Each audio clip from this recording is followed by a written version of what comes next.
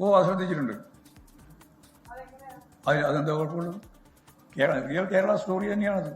അതിലാണ് ഞങ്ങൾ പോയത്, അതിന്റെ ഭാഗമായിട്ടാണ് പോയത്. അത് നിയമപരമായ പ്രശ്നമില്ല, അത് പോയി കയറിച്ചോട്ടെ. എല്ലാം പരിശോധിച്ചിട്ടാണ്, അതെല്ലാവരും പരിശോധിച്ചു. വെറുതെ ആവശ്യമില്ലാണ്ട് ഇങ്ങനെ പറഞ്ഞു. പാർട്ടി സെക്രട്ടറിക്ക് പങ്കെടുക്കുന്നതിന് വേറെ എന്താ നോക്കേണ്ട കാര്യമുള്ളത്? അതായത് കേരളത്തിൽ പിന്നെ എന്താ സംശയം? ഇപ്പോഴും ഞാൻ അതിനെയാ പറയുന്നത്. എന്തിനാ ഞങ്ങൾ അന്വേഷിക്കേണ്ട കാര്യം? പോലീസ് അന്വേഷിച്ചോട്ടെ, ഞങ്ങൾ കയ്യിൽ അത് വർക്ക് ഒന്നുമില്ലെങ്കിൽ. കേസല്ലോ എത്ര വയസ്സ്, എത്ര ആദ്യത്തെ കേസാണോ ഇത്? എത്രയൊക്കെയോ കേസ്, ആരൊക്കെയോ കേസ് കൊടുത്തിട്ടുണ്ട്, എത്രയോ കേസ് അഭിമുഖീകരിച്ചിട്ടാണ് ഇവിടെ നിൽക്കുന്നത്. അല്ലാണ്ട് കേസ് വരുമ്പോൾ പേടിച്ച് മാളത്തിൽ വിളിക്കുന്ന സൈസുകൾ നമ്മളൊന്ന് ഒക്കെയാ വിചാരിച്ചിട്ടുള്ളത്.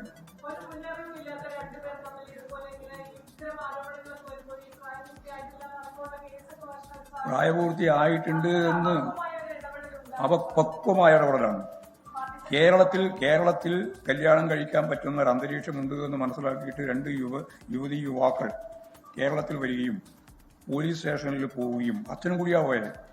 അച്ഛൻ കൊടുത്ത ആധാറാണൊന്ന്, മറ്റൊന്ന് നമുക്കെല്ലാം അറിയുന്ന പാൻ കാർഡാണ്. ഇതിലൊക്കെ ഒരേ ഡേറ്റാണുള്ളത്. അത് 5ാമത്തെ വയസ്സിലെടുത്ത ആദ്യത്തെ ഈ രേഖയാണുള്ളത് അവരുടെ കയ്യിൽ. ഒക്കെ അവർ പോലീസ് പരിശോധിച്ചിട്ടുണ്ട്, എല്ലാം പോലീസ് പരിശോധിച്ചിട്ടുണ്ട്. അതുപോലെ തന്നെ ക്ഷേത്ര കമ്മിറ്റി പരിശോധിച്ചിട്ടുണ്ട്. അതിനുശേഷം തദ്ദേശ സ്വയംഭരണ സ്ഥാപനങ്ങളെ അവരുടെ രജിസ്ട്രേഷന് വേണ്ടി അവർ പരിശോധിച്ചിട്ടുണ്ട്. എല്ലാവരും പരിശോധിച്ചതാണ്. അതിൽ ഞങ്ങൾക്ക് എന്താ നടക്കണ്ടേ? പട്ടികജാതിയാണോ പട്ടിക വർഗമാണോ? വർഗ കമ്മീഷനാണ്.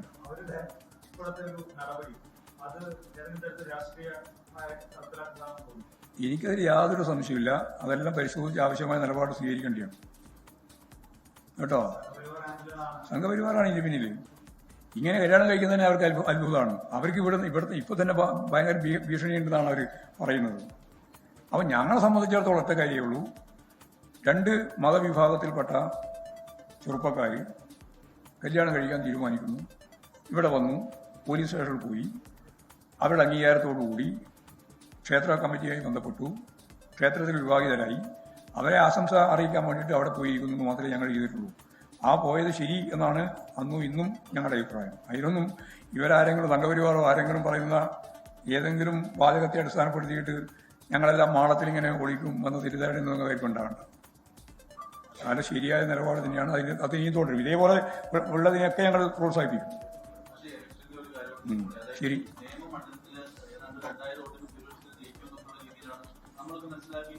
നിങ്ങളൊക്കെ പലതും മനസ്സിലാക്കിയിട്ടുണ്ടാവും. ഞാൻ ഉറപ്പിച്ച് പറഞ്ഞല്ലോ, നിയമമണ്ഡലത്തിൽ അടുത്തോടെ വേണ്ടി ജയിക്കും. രണ്ടാമതാരാന്നാ നിങ്ങളുടെ ധാരണ? അല്ല, നിങ്ങൾ പറഞ്ഞാൽ നിങ്ങളുടെ 2000-3000 ആരാന്നാ നിങ്ങൾ പറഞ്ഞ അഭിപ്രായം പറയാം. അല്ല, എൻ്റെ അഭിപ്രായം ഞാൻ പറയാം. നിങ്ങൾ പറഞ്ഞുകൊണ്ട് ഞാൻ പറഞ്ഞു. നിങ്ങൾ പറഞ്ഞു. ഞാൻ പത്രക്കാർക്ക് വേണ്ടി പറയാം. എന്നാ പത്രസമ്മേളനം.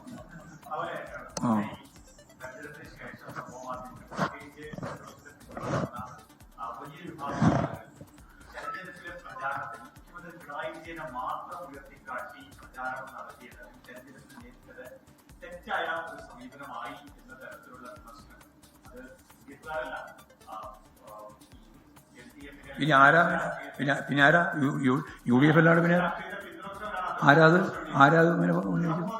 ഏത് സമൂഹം എന്ന് വെറുതെ പറഞ്ഞുകൊണ്ടിരിക്കുക. സമൂഹം ആവശ്യമില്ലാതെ ആളാളാ നിങ്ങൾക്ക് ഒറ്റയ്ക്ക് പറയാൻ പറ്റാതെ കൊണ്ട് നിങ്ങൾ സമൂഹത്തിന്റെ പേരിലിടുക. അങ്ങനെ ഒരു സമൂഹത്തിന്റെ പേരിൽ ഒരാളും പറഞ്ഞിട്ടില്ല. അങ്ങനെ ഉയർത്തി കാണിച്ചിട്ടില്ലല്ലോ ഇവിടെ കേരളത്തിൽ. ഇടതുപക്ഷ ജനാധിപത്യ മുന്നണിയല്ലേ ഉയർത്തി കാണിച്ചത്. പിന്നെ പ്രതീകാത്മകമായിട്ട് മുഖ്യമന്ത്രി എന്നുള്ളതുകൊണ്ട് വരുമ്പോൾ പിണറായി തന്നെ വരും. പിന്നെ വേറെ ആർക്കും പറയാൻ പറ്റുമോ? കേരളത്തിന്റെ മുഖ്യമന്ത്രിയല്ലേ ഈ തെരഞ്ഞെടുപ്പിന്റെ ചുക്കാൻ പിടിക്കുന്ന നേതൃത്വ സ്ഥാനത്തുണ്ടായിരുന്നത്. അപ്പോൾ പിന്നെ പിണറായി അല്ലാണ്ട് വേറെ ആരെയാ പറയാൻ പറ്റുക? അതിന്റെ പിന്നെ ആരാ കുറച്ചായിട്ട് അന്നേരം നമ്മളെല്ലാം ഉൾപ്പെടുത്താം. തിരക്ക് പിടിക്കണ്ട. ഇപ്പൊ പിണറായി തന്നെയാണ് അതിന് മുമ്പിൽ.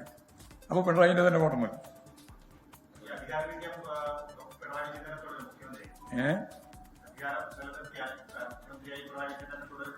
അങ്ങനെയാണ് ജനങ്ങൾ ചിന്തിക്കുന്നത്. ഞങ്ങളെ സംബന്ധിച്ച് തീരുമാനിക്കും. രണ്ടും മനസ്സിലായില്ലേ? വ്യത്യാസം മനസ്സിലായില്ലേ? അതാണ്. അതൊന്നും ഞാൻ തീരുമാനിച്ചില്ല. അത് അന്ന് തീരുമാനിക്കുകയുള്ളൂ. അത് എനിക്ക് മനസ്സിലായി, മലയാളത്തിലെ ചോദിച്ചു, ചോദിച്ചത് എനിക്ക് മനസ്സിലായിട്ടുണ്ട്. നിങ്ങൾ ഞങ്ങൾ വ്യക്തിപരമായ ജനാധിപത്യ കേന്ദ്രീകരണ തത്വം അംഗീകരിക്കുന്ന പാർട്ടിയാണ് CPIM. ജനാധിപത്യ കേന്ദ്രീകരണ തത്വം. പിന്നെ വ്യക്തിപരമായ കേന്ദ്രീകരണം ചെയ്യുന്നതില്ല. ശരി, അപ്പൊ എല്ലാവരും നന്ദിയുണ്ട്.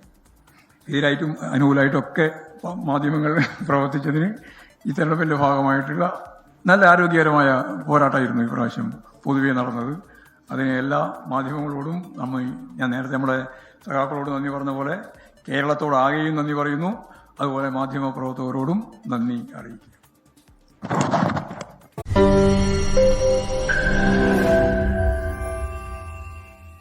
ലോകത്തെവിടെയായാലും ഏത് സമയത്തും 24 വാർത്തകളും ഓഗ്മെന്റഡ് റിയാലിറ്റി പാക്കേജുകളും എക്സ്പ്ലെയിനറുകളും വിശദമായി കാണാൻ ഞങ്ങളുടെ യൂട്യൂബ് ചാനൽ നിങ്ങൾക്ക് സബ്സ്ക്രൈബ് ചെയ്യാം.